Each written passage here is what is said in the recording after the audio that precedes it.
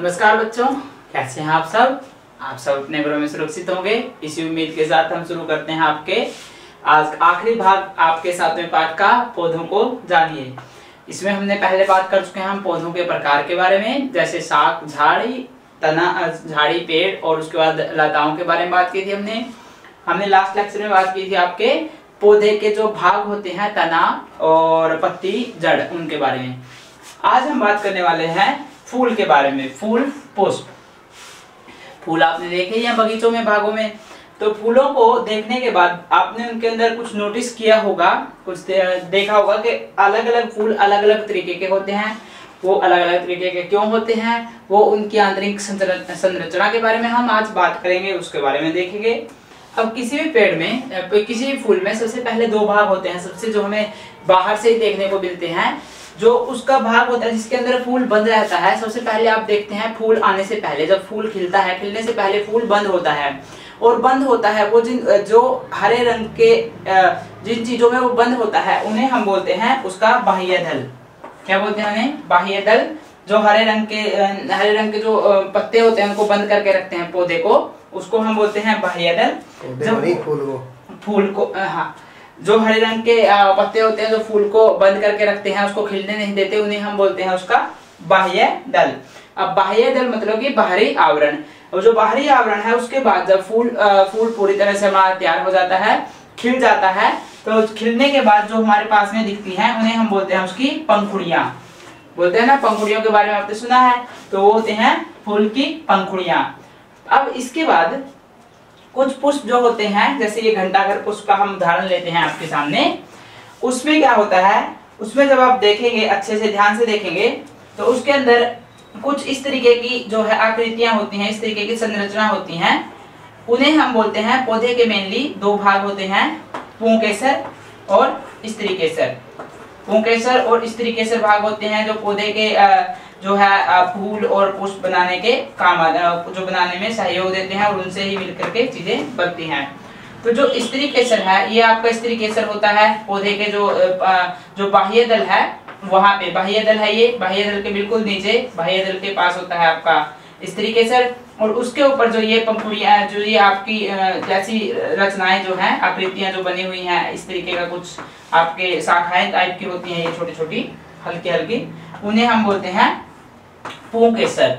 और पुंकेसर के बारे में हम जान लेते हैं। अब पुंकेसर के मेनली क्या भाग होते हैं? दो भाग होते हैं। सबसे पहला भाग होता है जो आपका यहाँ पर ये दिख रहा है, ये भाग आपको दिख रहा है, वो हमने ये बड़ा करके दिखाया है यहाँ पर। इसको हम बोलते हैं परागकोश।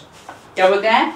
जो पुंकेसर है उसके ऊपरी भाग को हम बोलते हैं परागकोश, और जिसकी सहायता से पुंकेसर का परागकोश टिका रहता है उसे हम बोलते हैं तंतु। तो आप समझ गए होंगे। देखिए, पौधे के कितने भाग होते हैं? दो भाग होते हैं मेनली, पुंकेसर, स्त्रीकेसर। अब पुंकेसर के कितने भाग होते हैं? दो भाग होते हैं, परागकोश और तंतु।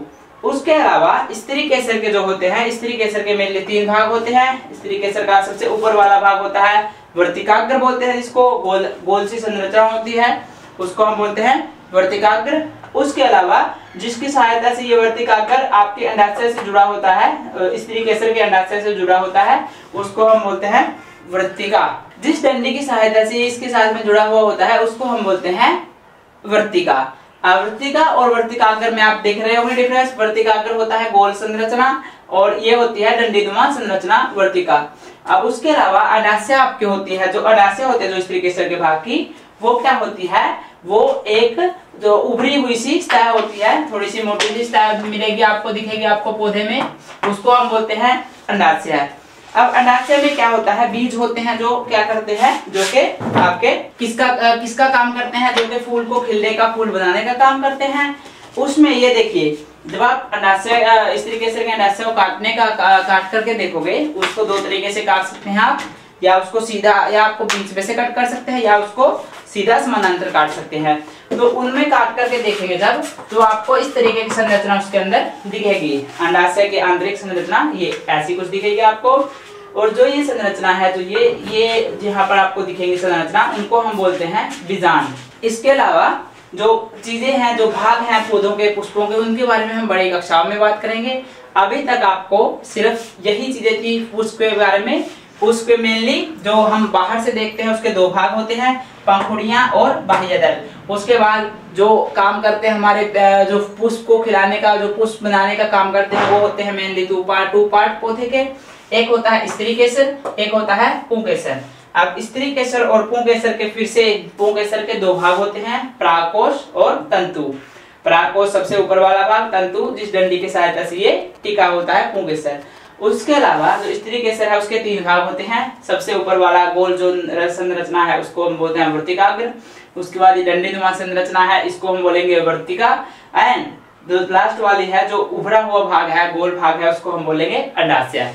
अब अंडाशय के फिर से अगर अंडाशय को हम काटेंगे, उसके अंदर की संरचना देखेंगे तो उसमें हमें क्या मिलेंगे, उसमें हमें गोल संरचनाएं मिलेंगी जो हम जिनको क्या बोलते हैं, जिनको बोलते हैं बीजांड। इसके अलावा आप और स्टडी करने के लिए जब आपके बगीचों में जाइए, बागों में जाइए, वहां पर अलग अलग तरह के फूलों को देखिए, उनको नोटिस कीजिए कि किन में क्या बदलाव होते हैं और उनका स्त्री केसर कहाँ है, उनका पुंकेसर कहाँ पे है। फिर उनके जो है अंडाशय में बीजांड वगैरह के बारे में भी जानकारी इकट्ठा कीजिए। और उसके अलावा अगर हम बात करें कि इसके अलावा ये भी हो सकता है किसी में इनमें से कोई भाग उपस्थित हो या ना हो। ऐसा भी होता है, जरूरी नहीं है कि हर एक पौधे में ये सारे के सारे जो मैंने भाग बताए हैं वो होंगे, ऐसा जरूरी नहीं है। किन्हीं में हो भी सकते हैं, किन्हीं में एक दो कम भी हो सकते हैं, लेकिन ज्यादातर में सारे के सारे भाग होते हैं। तो इसी के साथ आप अच्छे से इस चीज को समझ गए होंगे, इनके भागों के बारे में अच्छे से समझ गए होंगे और इनके भाग का काम क्या क्या होते हैं ये आप अगली कक्षाओं में सीखेंगे। तब तक के लिए बने रहिए हमारे साथ, हमारे चैनल को लाइक कीजिए, सब्सक्राइब कीजिए। Thank you, bye bye.